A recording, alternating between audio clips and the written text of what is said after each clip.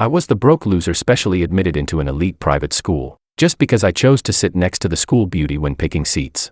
She immediately started mocking me coldly. Seriously, I've never been pursued by some broke pathetic simp like this in my entire life. Do you guys even understand how embarrassing this is? Getting chased by a guy like him is so humiliating I can't even hold my head up in front of my friends. Yet no one could have imagined that besides being the second-ranked student in the grade, I also had another identity. And so, the school beauty who humiliated me endlessly in the morning, boldly confessed her feelings to me that very afternoon. Chapter 01. The placement test results for senior year came out, and I ranked second in the entire grade. The homeroom teacher even gave up morning self-study so we could choose our seats according to our scores. In the middle of the third row were 4 side-by-side seats with the best view in the classroom. I hesitated for a moment before sitting down in one of them. The moment I sat down, Willow, beside me, frowned in disgust. Her expression was so obvious that nearly everyone lined up at the classroom door noticed it. After morning study session ended, a few classmates mocked me from the side. So the eternal second-place guy actually has the nerve to sit with the school beauty. Huh? Can't you tell how disgusted she is by you? Ugly, broke, and clueless. What a pathetic loser. 4 eyes. What exactly are you using to chase Willow? Those cheap glasses? They laughed as they reached over to snatch my glasses. I instinctively leaned away, but during the shoving, I accidentally brushed Willow's arm. She sprang to her feet as if she had been burned. My glasses fell to the floor, and one of the boys immediately stepped on them. Willow turned around and asked the girl behind her, "Can we switch seats?" The girl looked up awkwardly. Huh? Willow pressed her lips together. I'll explain it to the teacher later. I crouched down to pick up my glasses while Willow switched seats with lightning speed. Like she was escaping from some kind of plague. The lenses were shattered. I shook my head regretfully, but Willow suddenly raised her voice sharply. Seriously, I've never been pursued by a broke pathetic simp like this before. Do you guys even understand? Being chased by a guy like him is so embarrassing I can't even face my friends. Her tone dripped with mockery. Malicious laughter spread throughout the classroom. The school I attended was an elite private academy. Willow was the kind of girl who had excellent grades, a wealthy family, and a beautiful face, the undisputed school beauty. As for me, I was only a scholarship recruit brought in to boost the school's college admission statistics. In this place, nobody looked up to me. Chapter 02. After lunch, I went back to the dorm for a nap. While my roommates still hadn't returned, I took my phone out of the locker and sneaked into the bathroom. The moment I turned it on, a text message popped up saying that $180,000 had just been deposited into my bank account.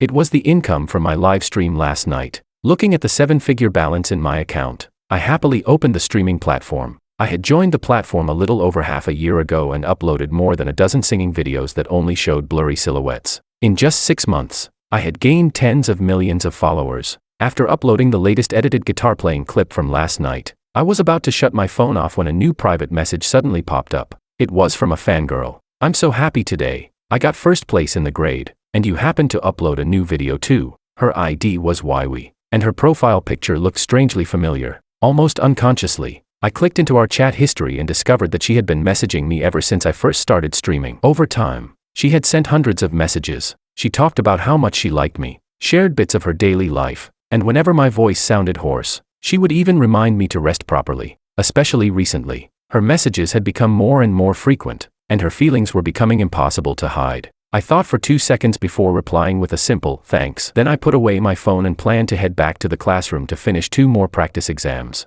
A crowd had gathered around my seat. They were all Willow's rich girl friends, excitedly discussing something. One of the girls said with sparkling eyes, "Whoa," he actually replied. "Willow, your luck is seriously amazing today."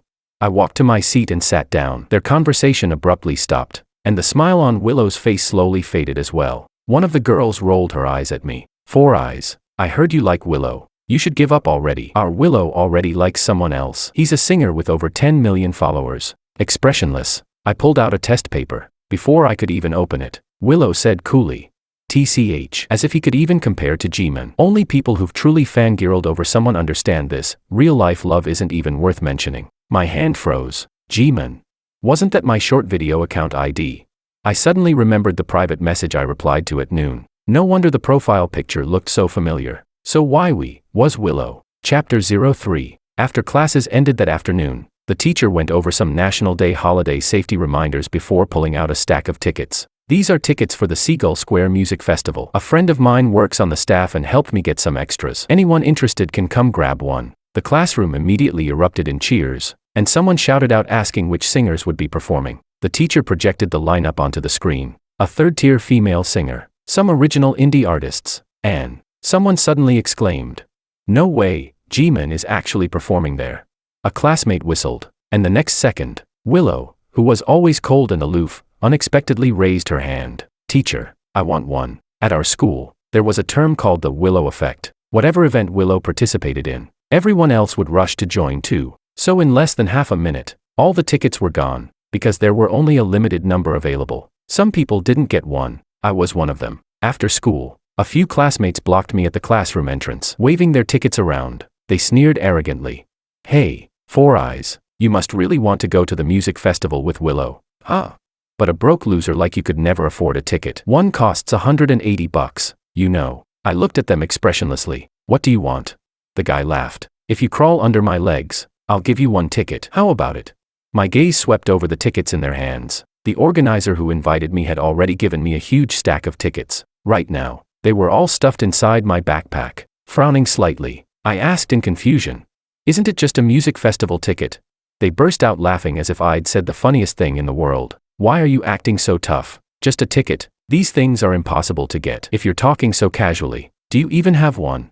"I do." I nodded calmly and, under their stunned gazes, pulled out a thick stack of tickets from my backpack. Chapter 04. By the weekend, Seagull Square was packed with people. Massive banners stretched across the entire plaza, and fans who had traveled from other cities stood in long lines excitedly holding glowing signs. Even more people hadn't managed to get tickets and could only take photos and check in outside the venue. Originally, the organizers wanted to send a car to pick me up, but I didn't want to expose where I lived, so I came early by myself instead. Wearing my school jacket, I squeezed through the crowd toward the entrance. After struggling through the sea of people, I finally reached the ticket checkpoint, and, unfortunately, I ran straight into my classmates. The homeroom teacher was organizing the students who had gotten tickets while they waited to enter. When they saw me, they looked like they'd just seen some kind of monster. Someone blurted out, "George, why are you here?"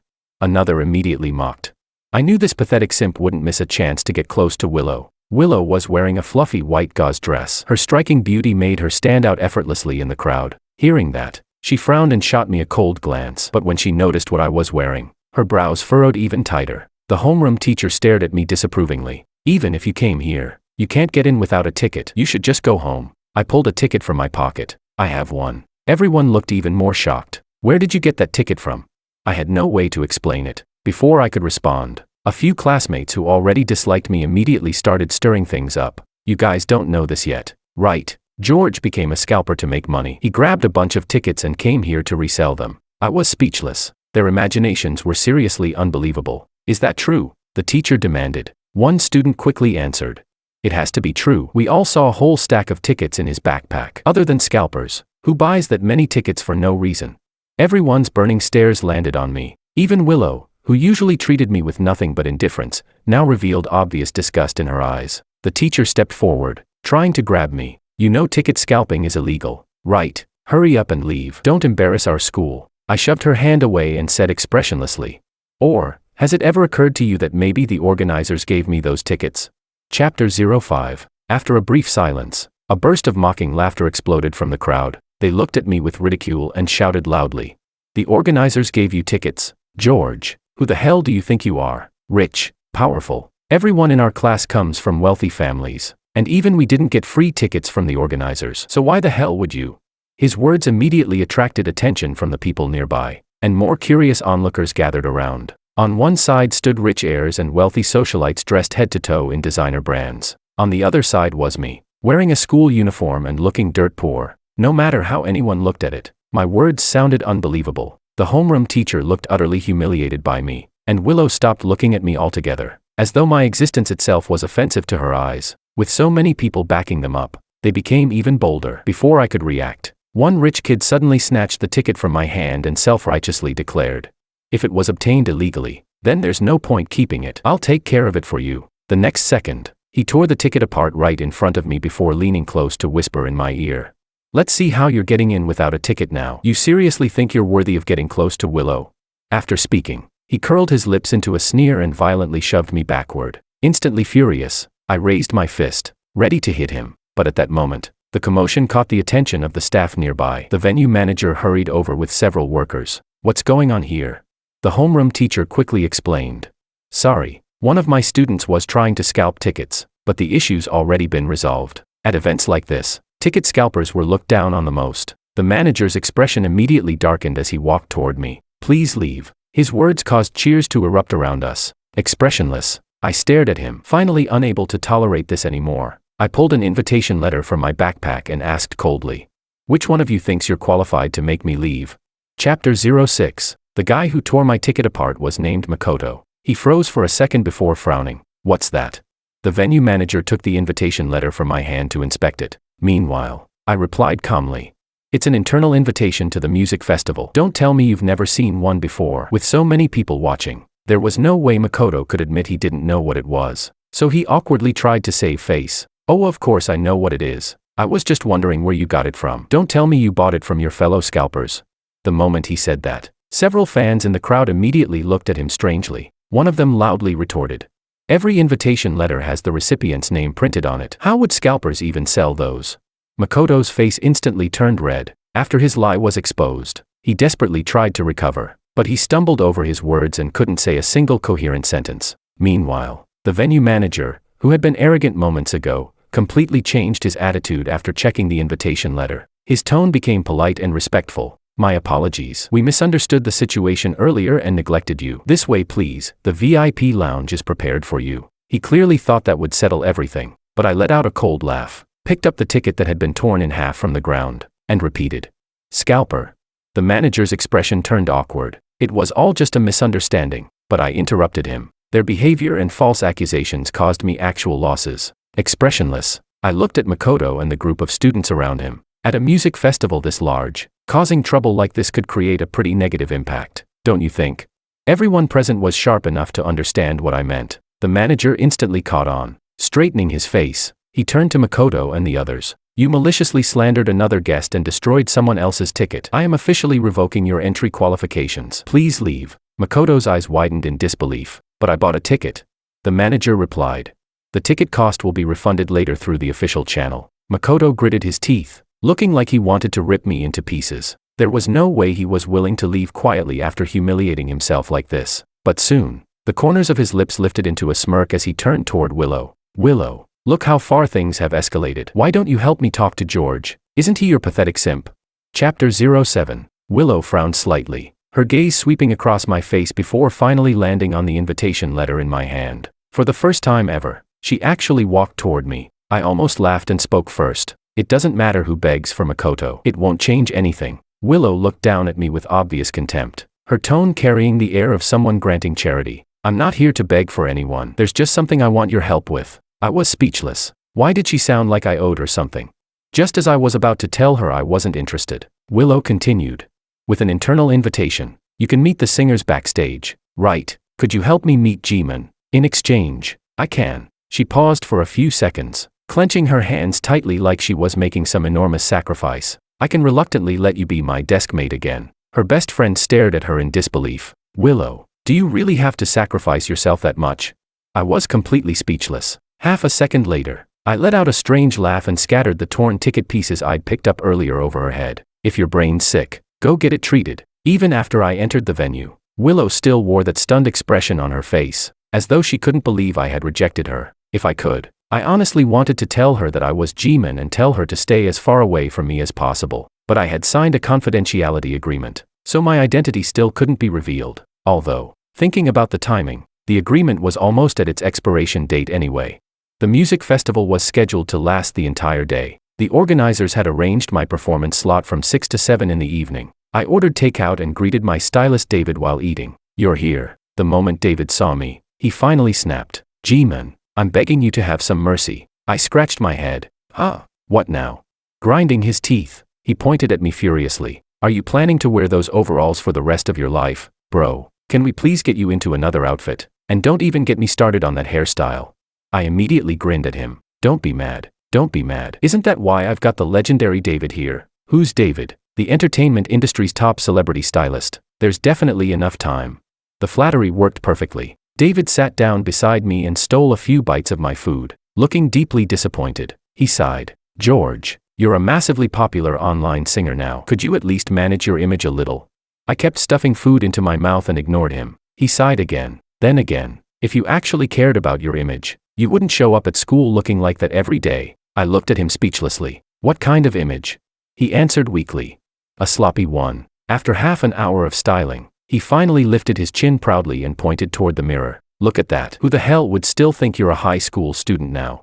I ran a hand through my hair and couldn't help sighing dramatically, as expected of my legendary David, obviously. Right then, a staff member poked their head inside and said someone outside was looking for me. A guy or a girl? David immediately asked. The staff member answered knowingly. A girl. She's holding a bouquet of flowers. And honestly, she's pretty gorgeous. Chapter 08. I walked out of the room. In the hallway, a tall girl stood with her back facing me. The moment she heard footsteps, she quickly turned around. It was actually Willow. She wore a white veil and held a bouquet of flowers in her arms. The vivid colors made her flushed face look even brighter. Anyone who didn't know better would have thought she was here for a wedding. Speechless, I stopped several meters away and looked at her coldly. Willow didn't notice anything wrong with my expression. Instead, she looked completely overwhelmed with excitement, staring straight at me. After a long pause, her voice trembled slightly. I finally got to meet you. What do you want? I asked. Honestly, I wasn't surprised that Willow had managed to appear here. The Liu family was one of the most influential families in the city. Pulling strings like this was easy for them. Willow Liu stepped forward excitedly, but I instinctively took 2 steps back. Her smile faded slightly, though she still gathered her courage and held the bouquet out toward me. Hi, my name is Willow. I'm a student at No. 1 High School. I really love your songs,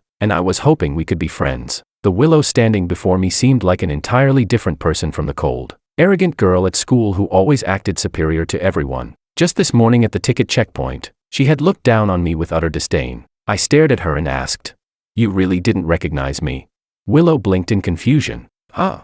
Then she hurriedly continued talking on her own. Of course I recognized you. You even replied to my private messages before. Even though all your videos only show blurry silhouettes, I've followed you for half a year. I recognized you instantly. As she spoke, she even opened her private message page for me to see. I couldn't even be bothered to raise my eyelids. Got it. Take the flowers away. She froze. What's wrong? Willow asked softly, sounding disappointed. You don't like them? I almost laughed. Can't you tell? It's not that I dislike the flowers. I dislike you. Willow's pupils suddenly contracted. The bouquet slipped from her hands and crashed onto the floor. The usually proud and untouchable school beauty now looked so panicked she was practically on the verge of tears. She asked shakily, Did I do something wrong?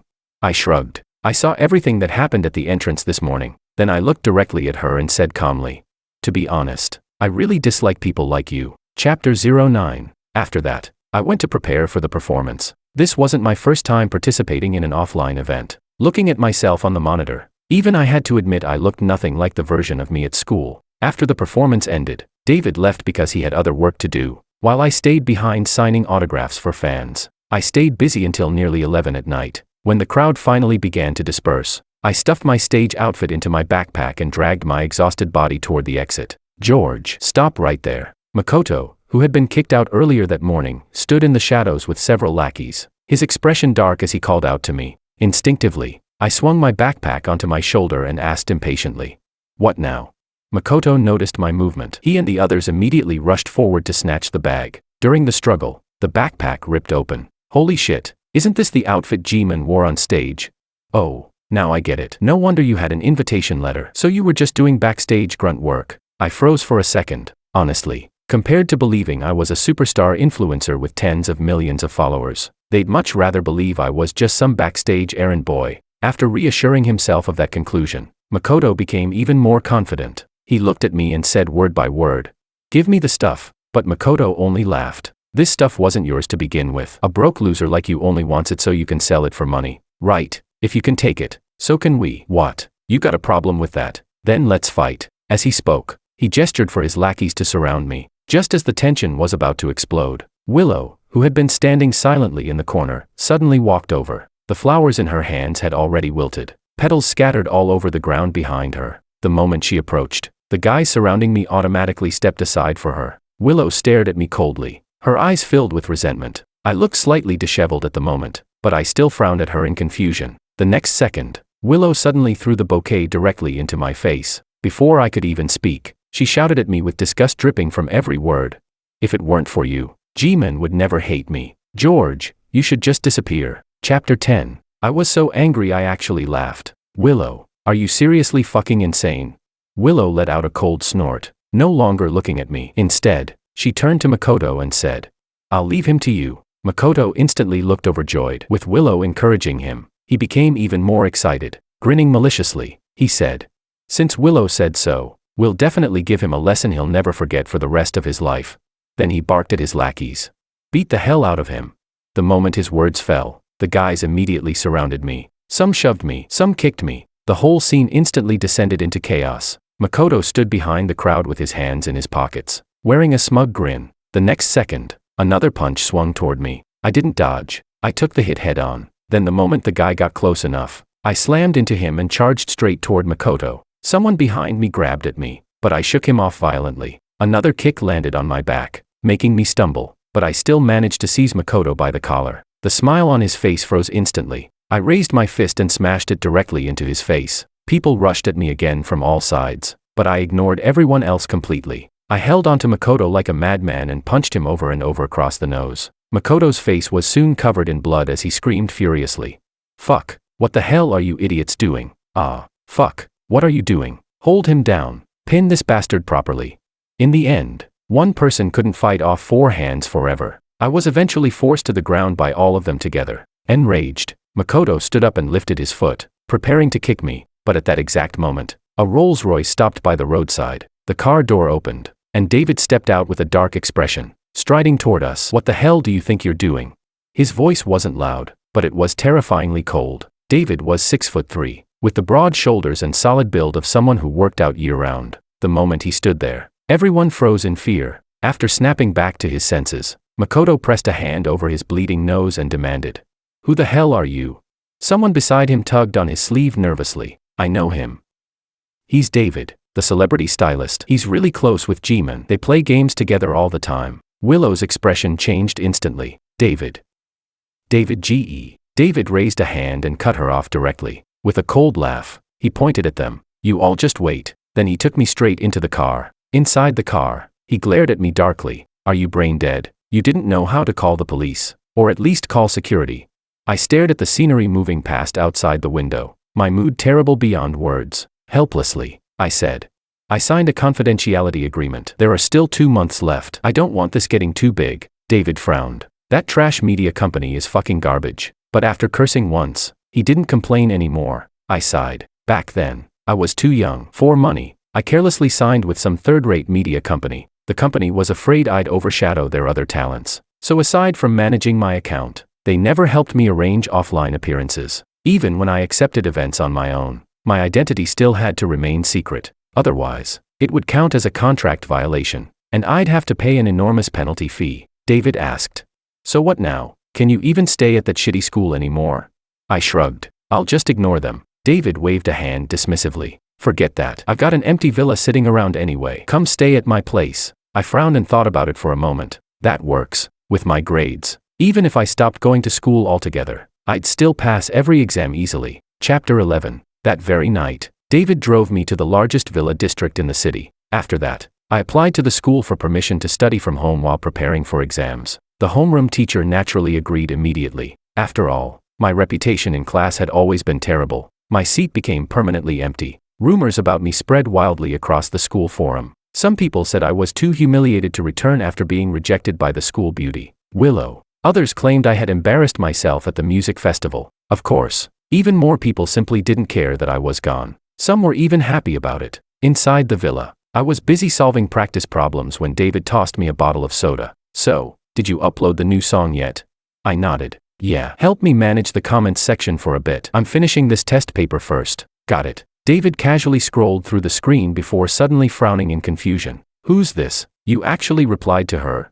I glanced over. Over the past few days, Willow had sent me countless more private messages, writing long explanations trying to justify herself. After thinking for a moment, I said, Give me the phone. I took it from him and cleanly blocked her account. I stayed at David's house all the way until January before finally returning to school. Because final exams were here, I had skipped the midterms before, but there was no avoiding the finals. This was a joint examination held by 7 top universities, and every student was required to attend. The seating arrangements were based on grades. Willow and I were seated first and second respectively. Before the exam started, Willow suddenly said to me, "Don't leave after the test. I have something I want to ask you." After what happened last time, I rejected her without even thinking. Willow frowned tightly. "I just want to ask you something, that's all." Expressionless, I replied.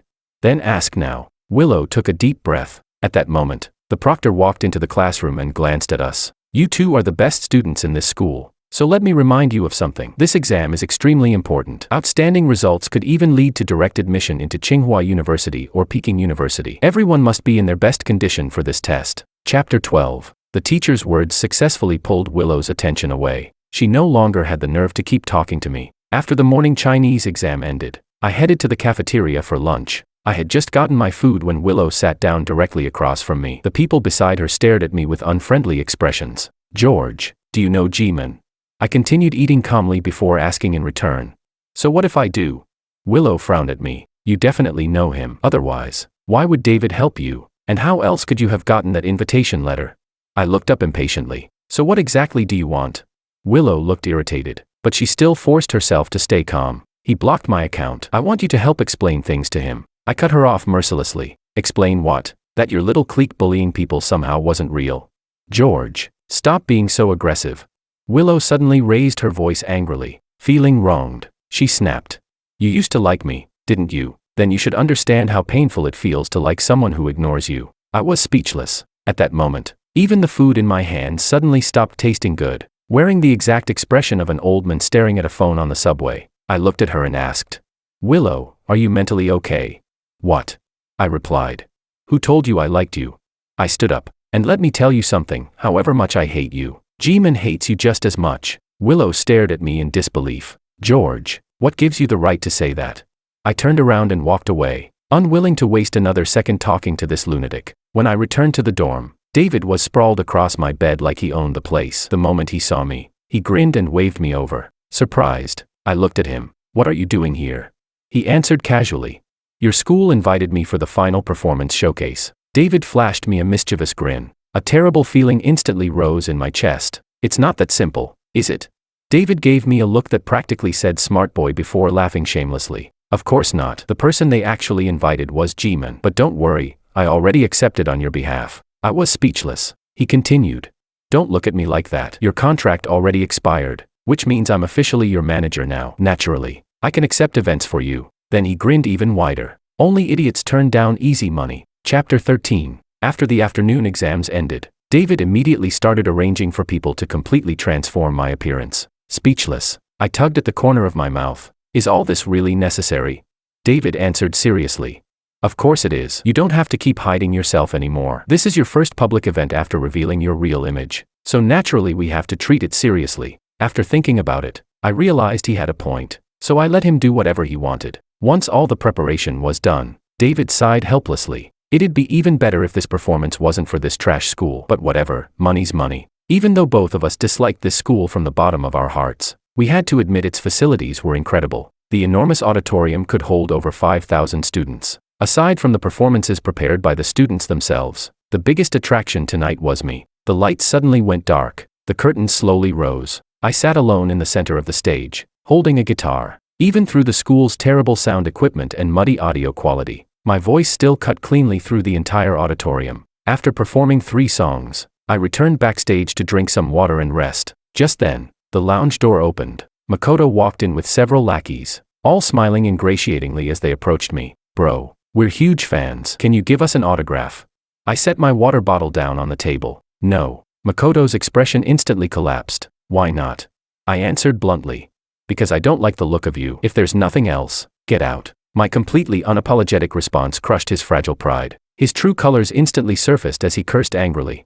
"What the fuck are you acting so arrogant for? You're just some internet singer. Do you really think you're some celebrity now? If it weren't for Willow, do you think I'd give a damn about your autograph?" I glanced toward the doorway and couldn't help sighing internally. Makoto clearly had no idea how terrifying obsessive fans could be, so I gave him a half smile and asked, "Oh, so you really look down on me that much?" He sneered. "Obviously. Trashy internet beggars like you are nothing but washed up nobodies. How the hell do you think you're worthy of comparing yourself to?" Before he could finish speaking, the lounge door was suddenly shoved open. The next second, slap. Willow viciously slapped Makoto across the face. She shrieked furiously. "How dare you talk about my G-man like that?"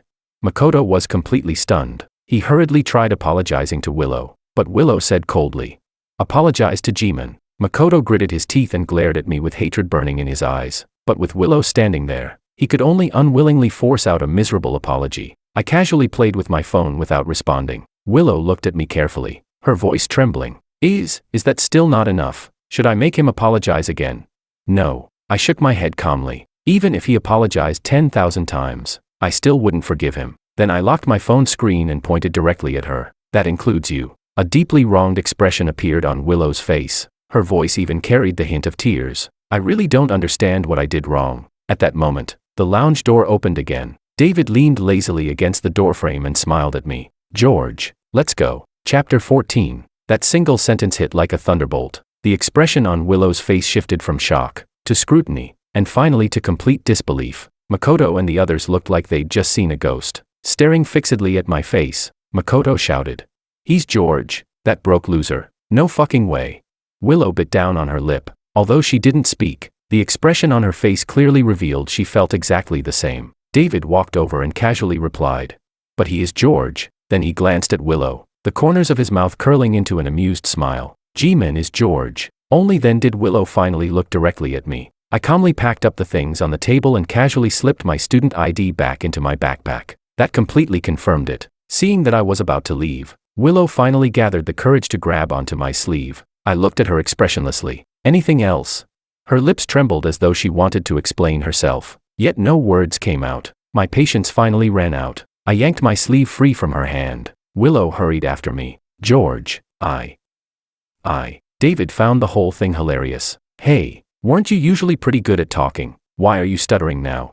Willow's face turned bright red. Finally, she forced herself to speak. "George, I really didn't mean it before. I didn't know you were G-man, and I did a lot of terrible things. Can you forgive me? I really do like you. I bought so many of your digital albums, and I liked and saved every single one of your videos." "Let me correct you," I interrupted coldly. "You're full of malice toward people you look down on, and you enjoy encouraging your pathetic simps to bully others however they want." I looked straight into her eyes. "So it's not that you suddenly realized bullying is wrong. You just realized you bullied the wrong person." Willow immediately panicked and tried to explain herself. "That's not true. It was them." But I couldn't even be bothered wasting more words on her. I turned around and walked away directly. Chapter 15. No one knew how news of my school performance leaked out, but the very next day, a huge crowd of tabloid reporters rushed to interview the students. Since nobody had been informed beforehand, the reporters ended up getting the freshest first-hand information possible. Very quickly, the story about me being bullied at school shot straight onto the trending charts.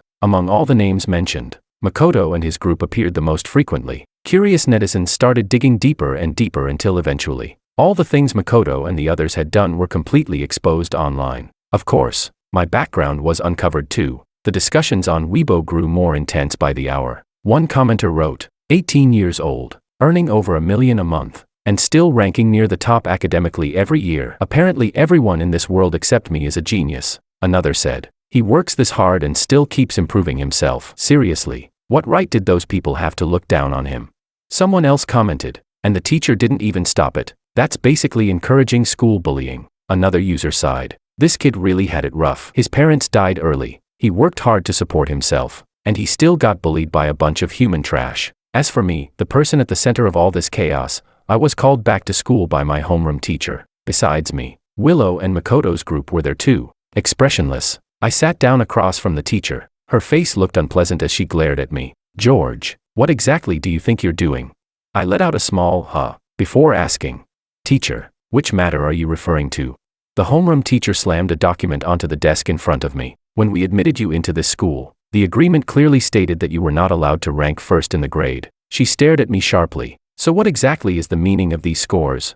Willow and the others immediately looked confused. Wasn't the teacher supposed to discuss the online controversy?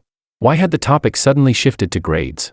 Under their uncertain gazes, I opened the document. It was the citywide ranking sheet from the most recent joint university entrance examination. At the very top of the first page, in the very first line, my name was written clearly. George, 734 points, first place in the entire city. Chapter 16. The moment the scores were revealed, Everyone instantly forgot about the fact that I was G-man and stared at my results in utter disbelief. Willow's voice even sounded shaky as she whispered, "Weren't you always ranked second in our school?"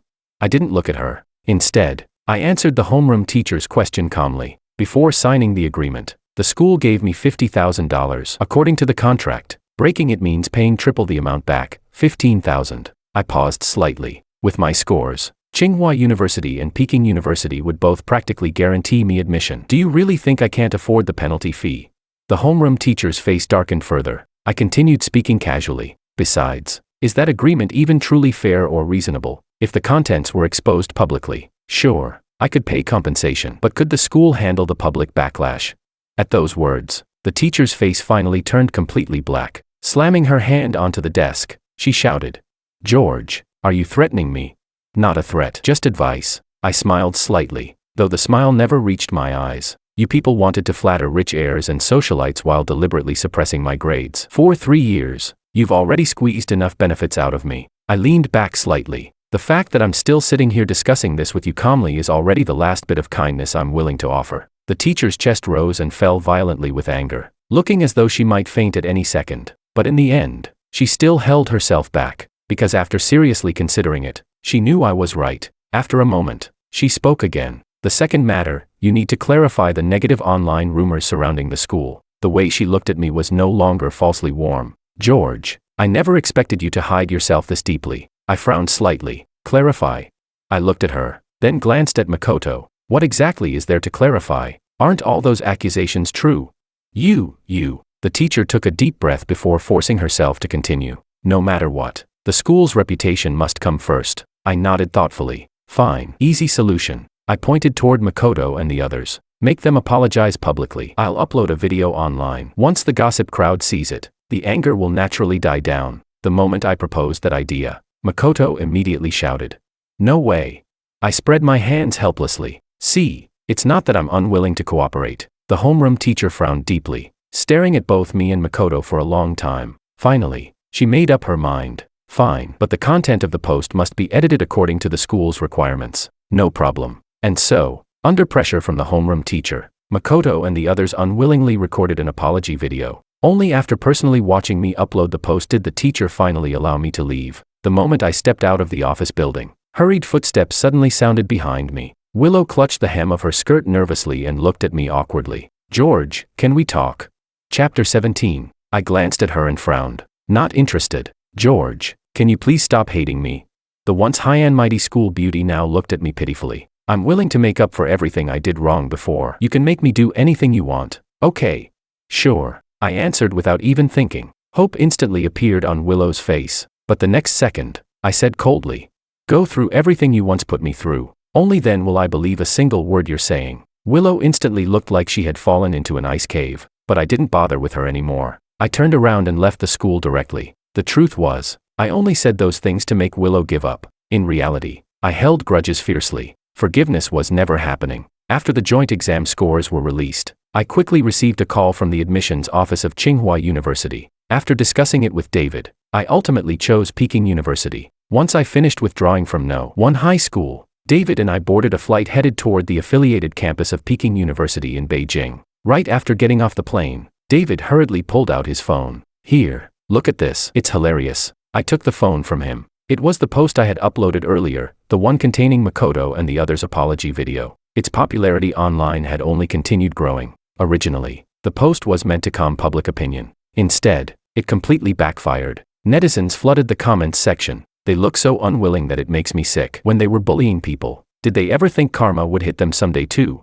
You can tell they're still cursing him in their heads. People like this don't deserve forgiveness. And just like that, another huge wave of online outrage erupted. At that moment, my phone vibrated. It was a message from the class group chat. I clicked into it, and the corners of my mouth twitched uncontrollably. Someone had actually turned me and Willow into memes. Even worse, Willow had been edited into a dog crawling at my feet. The group chat was spamming those stickers nonstop. The screen refreshed so fast it became impossible to read anything else. "Are you people really this bored?" I typed. Very quickly, Willow replied as well. "George, they always humiliated you before by calling you my simp. Now I'm posting this meme instead. Can you forgive me now?"